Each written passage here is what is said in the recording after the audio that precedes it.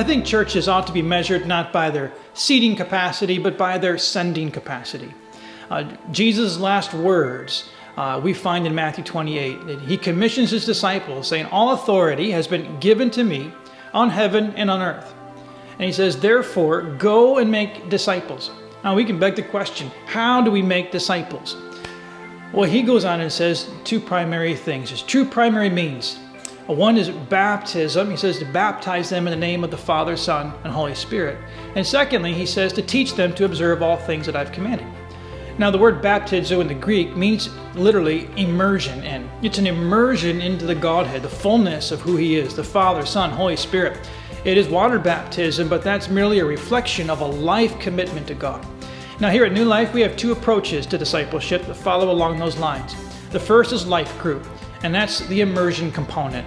To be immersed in a context of Christian community, our devotion one to another in the fellowship of Christ. Secondly, our equipping ministry is the teaching component. Now, our winter session of Prime Time launches in just 2 weeks. There's a brochure just like this one you can find at the info center on your way out. Registration is now open. We've got a variety of classes. Some are on Wednesday nights. Some are actually in a format of a Primetime life group. We've got a core course taught by our pastoral team. We have an online course. So there's some new features this winter. Please take a look and find something that fits you. Let's go deeper in God this spring.